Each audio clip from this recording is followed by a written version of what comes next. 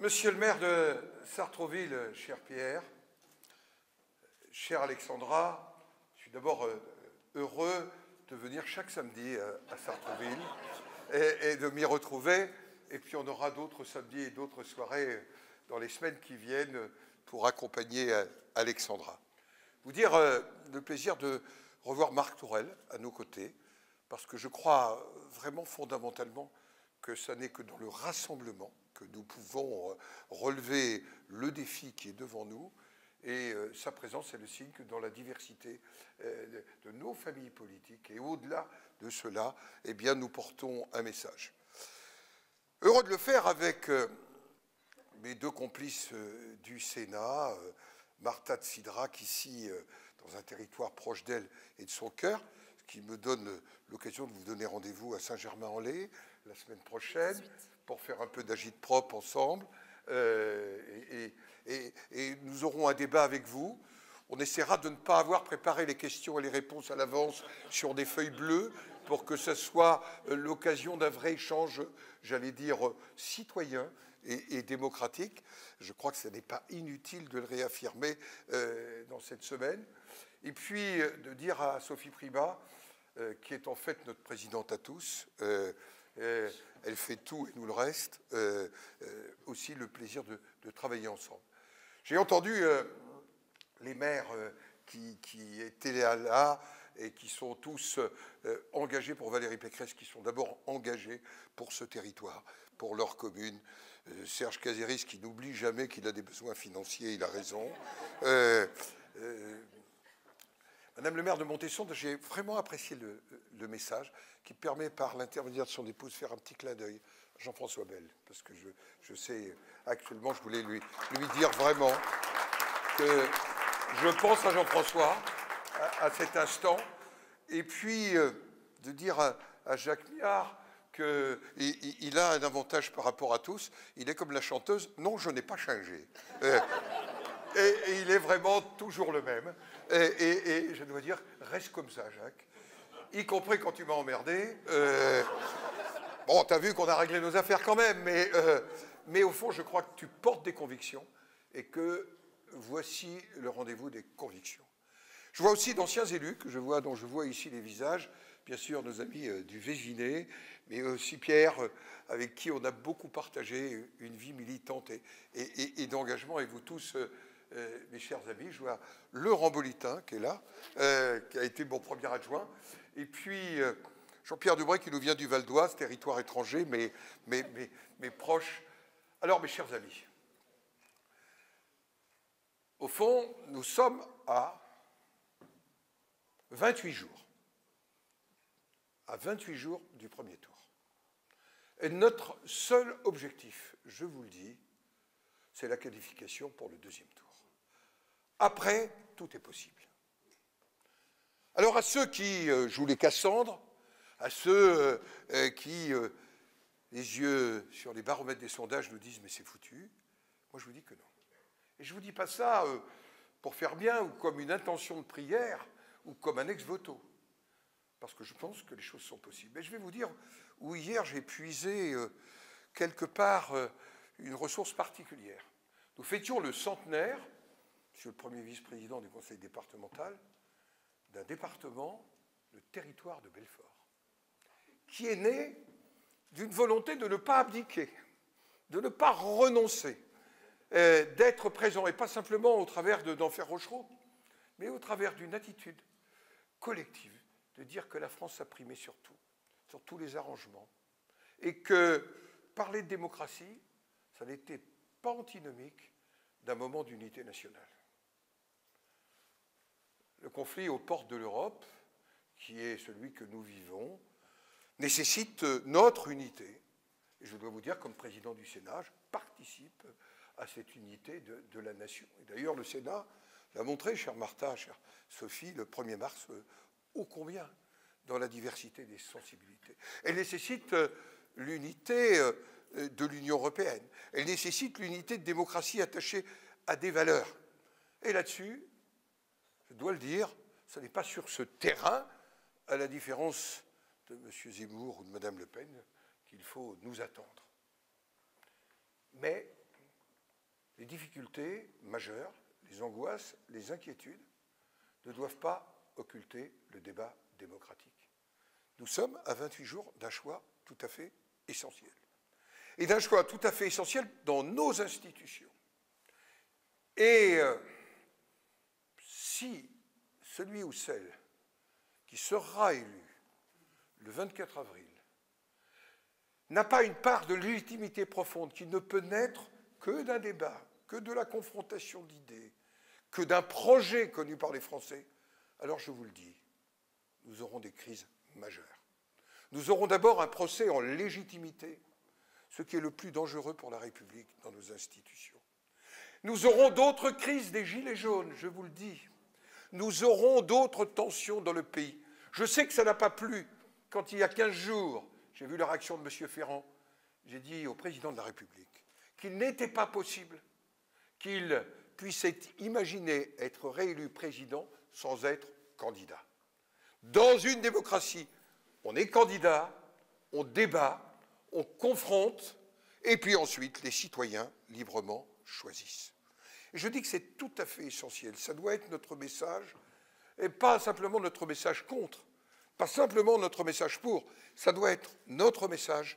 Nous avons dans les 4 semaines qui viennent à ce que l'ensemble des citoyens de ce pays se sentent concernés par le choix de celui ou de celle qui aura la responsabilité de conduire notre pays dans ces temps dangereux, dans ces temps compliqués.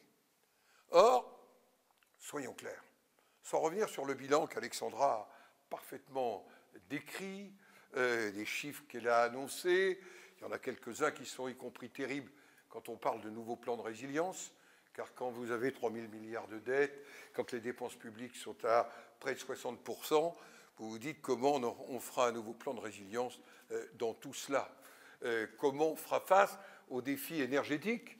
Demain soir, Sophie Primas et moi-même recevons l'ensemble des présidents de commission des affaires économiques, de l'ensemble des parlements de l'Union européenne, autour, on a bouleversé l'ordre du jour, de 2 thèmes majeurs.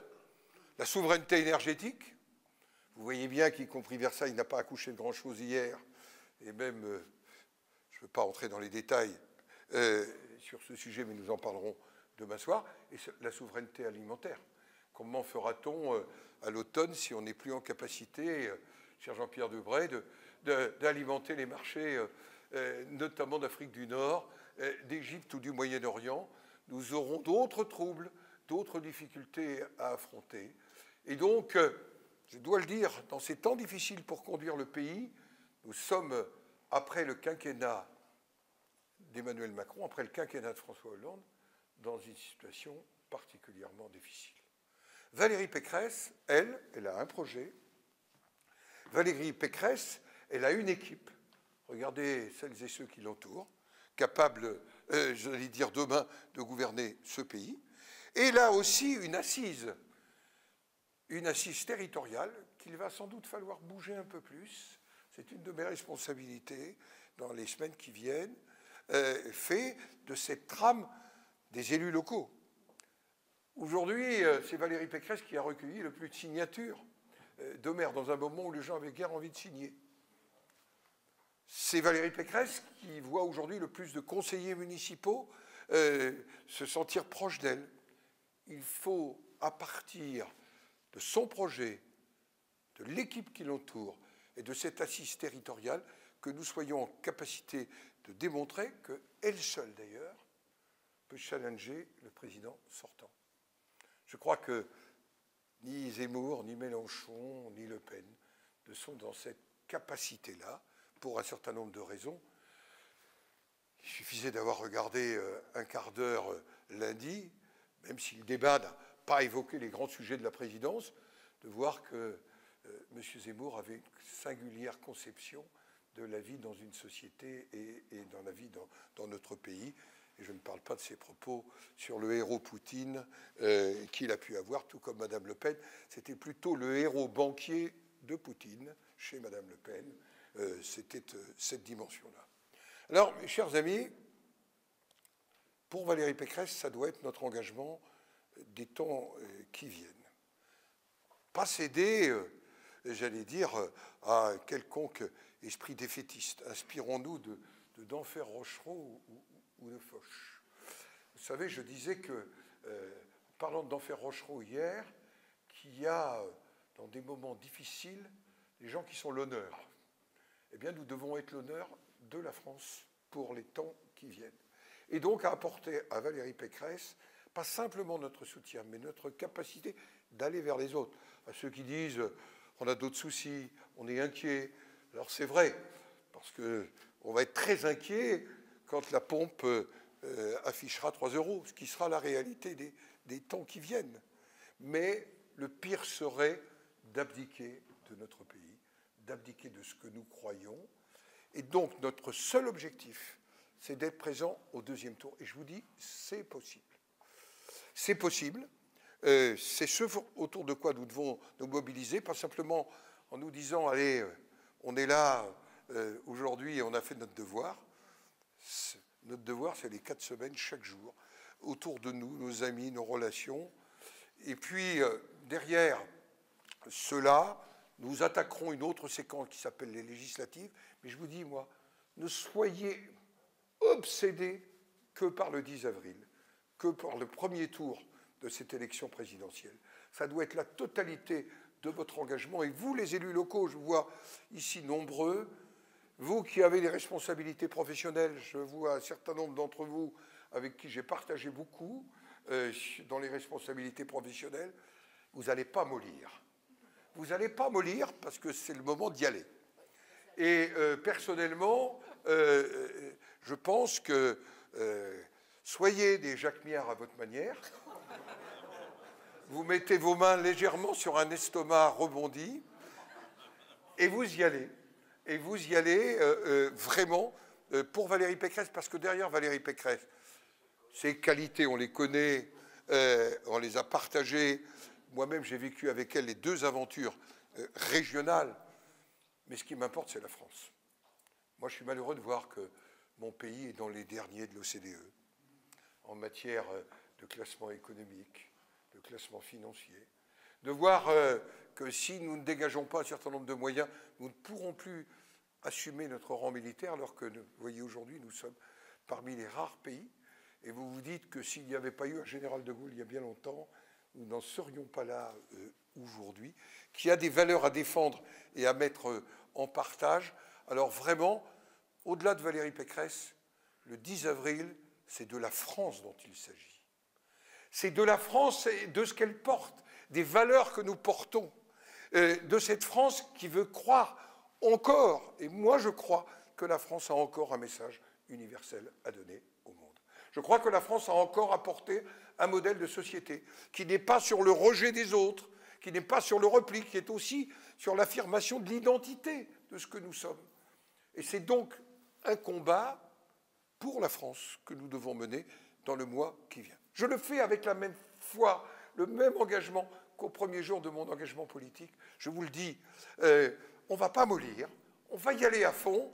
Et le 10 avril au soir, on se donne rendez-vous pour que ce soit la France qui gagne le 10 avril et qu'on transforme l'essai le 24 avril. Vive Sartreville, vive la République et vive la France!